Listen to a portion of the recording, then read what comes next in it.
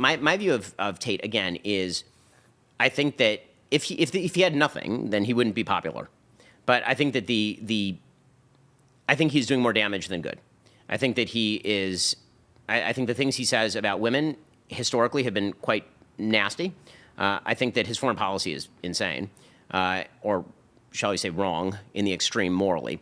오늘은 벤 샤피로가 생각하는 앤드류 테이트의 남성성이 왜 잘못된 건지 토론을 하는 영상을 가져왔습니다. 작년 한 해 동안 한국에도 남성성이란 주제가 유튜브를 꽉 채웠었죠. 진정한 남성성이란 무엇인가? 이 질문에 대해 여러 가지 해석과 각자가 생각하는 정의가 있을 겁니다. 저는 개인적으로 벤 샤피로의 의견에 100% 동의하는 편인데요. 혹시 여러분이 생각하는 남성성이 있다면 댓글로 남겨주세요. This is an Old Testament reference too. If they can't assassinate you, they'll assassinate your character. So that way other people are like, no, he's bad. Right, exactly. And again, I think it's really motivating, and it's really, really easy to play that game. Do you think they did that with Andrew Tate? I mean, it depends on who they is. So I think there are a lot of critiques of Andrew Tate. I've obviously been extremely critical of Andrew Tate. My view of Andrew Tate has always been that he makes some critiques about, for example, feminism that I very much agree with. He says some things that I think about masculinity that probably need to be said. I also think he plays a bit of a game where he says two things. One of them is perfectly reasonable, plausible, and then he says something that's completely nuts. And then he bundles those two things together. And then if you argue with him, he says, you're arguing with the plausible thing. So he'll say things like, men in the divorce system are victimized. 100% true. Totally agree. Or feminism has made male-female relations so much worse. Totally agree. And then he'll say, real manhood is basically me with a bunch of beautiful women around me. I'm like, that's not actually something with which I agree. And he'll say, like, I think actually, in fact, I think that's kind of a schmucky thing to be. I think it's a bad person. I think it's a bad thing to do. And he'll say, well, so you're arguing with, so you're pro-feminist. Like, no. No. I agreed with half of what you said and not the other half. And so I don't think that him as a package deal is a good package deal. Have you ever wanted to just sit down and discuss those ideas with him? Yeah, I mean, we've had very public exchanges on Twitter. In which he has, accused me of not being manly enough or that sort of thing. And my view of Tate again is, I think that if he had nothing, then he wouldn't be popular. But I think that I think he's doing more damage than good. I think that he is. I think the things he says about women historically have been quite nasty. I think that his foreign policy is insane, or shall we say wrong in the extreme morally. And I think that, frankly, he's grifting a huge percentage of his audience. I think that his Tate University looks like a pyramid scheme. I'm failing to see where he is. Where is he building a decision-making matrix for people that makes their lives better in a widespread way? When I say things like people should get married and they should have kids and they should commit to their church, this is now considered bizarrely old-fashioned by a lot of people who really like Andrew Tate.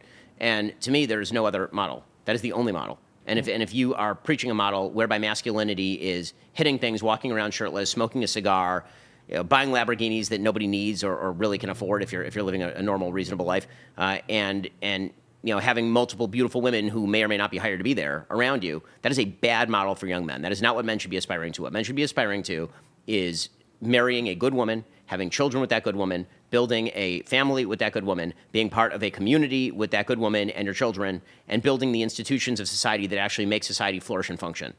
And I understand that he is reacting to a thing. I think that the thing he's reacting to is bad. I don't think that his reaction to the thing is correct or decent or good. From my perspective of having a conversation with him, I feel like he's a very, very powerful man that's driven in his thoughts. But he's actually very humble enough to take criticism or a different approach of thinking. So I think that if you guys would put down your swords, you guys could probably get away with like having a great conversation where both of you guys take something away from each other. I think what happens is both, like we were talking about, the ego blows, right? You're sitting back being like, I'm not going to sit here and watch you tell men that they have to have 100 girls around them.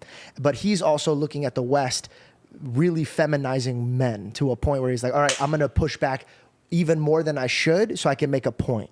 If that makes any sense. No, I mean, so again, I think that I agree very often with the critique, and I really disagree with the prescription. I think he's doing it for a shock factor to get more people to hear at least the first message. Right, and I think that that's unnecessary. Meaning that you don't need to do that, so why does he? Correct. Got it. And, okay. and neither is Jordan Peterson, and neither do a wide variety of other people who I think are useful for young men. I think that there are a number of young men who are being driven into despair and apathy by the idea that, for example, women are oppositional and ought to be approached in that way, as opposed to let's find a prescription for how you can, like, how about this? I agree with his critique, by the way, that, for example, if you want to be attractive to women, you have to be more of a man, okay? But to me, being more of a man also includes things like religious commitment in the context of a church, and then you have to find a woman to have values with, and you shouldn't be impregnating 10 women at a time, which is something that he has said, right? Yeah. And it's to me, the least masculine thing, or one of the least masculine things you can do, is drop your seat everywhere and then not have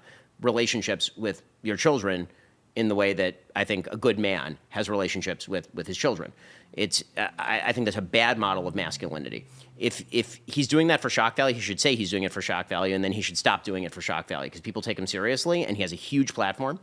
And again, that doesn't mean that all of the critiques of him are right. In fact, I think a huge number of the critiques of him are wrong. If you go back and you look at my evolution on Tate, you'll see I did a video about him maybe 3 years ago, in which I was much more laudatory of many of the things he was saying about feminism. And then as he became more and more of this caricature of himself, I became a lot less forgiving of the caricature. Do I think that it is a positive thing for the world that his version of masculinity is hit things hard, walk around, without a shirt, with a cigar in your mouth, being, egoistic about your attraction to various models? Like, I'm sorry, that's not masculine, and it's not good masculinity. It does not make good men. It makes bad men. Now, would I rather that there be men than no men? Sure. Would I rather be good men than just men? Absolutely. Because all men have the same temptations. I mean, this is something that all religion teaches. We all have the same temptations, right? We all want money, we all want women, we all want the same things. But the whole point of religion and religious institutions and morality is to hem that into a context where it is useful, and so you're using it for the natural good. And so anything that sort of explodes those things and treats them as though they are hallmarks of a distant past that ought to be dispensed with, I think that that's teaching men precisely the wrong lesson. Right now, men don't need to have revenge on women. Right now, men need to find a good woman, and then they need to settle down with that good woman. And anything that forwards that is good, and anything that inhibits that is bad.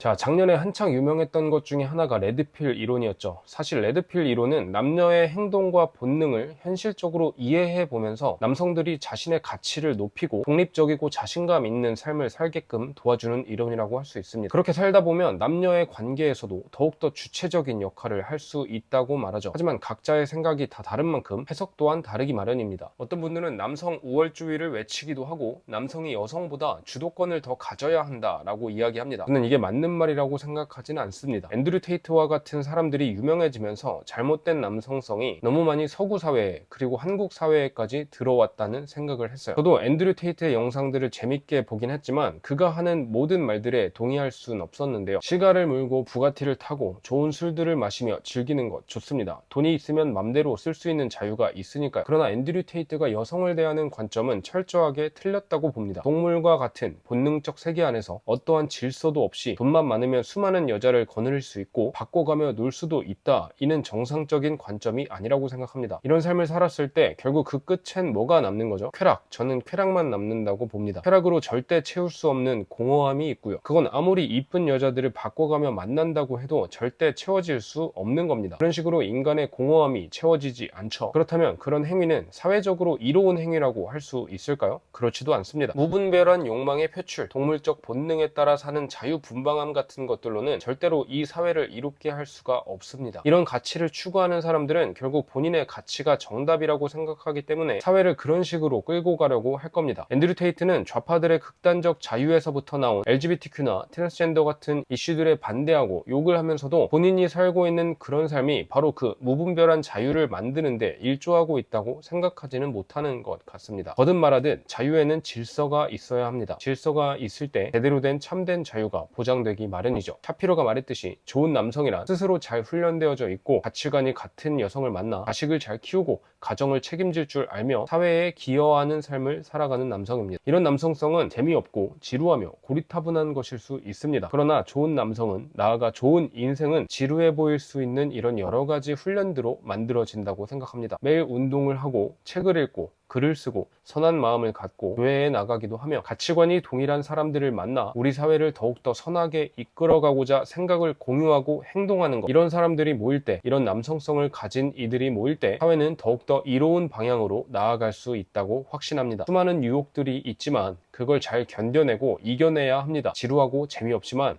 이런 훈련들이 인생이라는 장기 여행에서 나를 더욱더 단단하고 건강하게 만들어 줄 겁니다. 여러분이 생각하는 남성성이 있다면 공유해 주시고요. 재밌게 보셨다면 좋아요, 구독 눌러주시면 감사하겠습니다.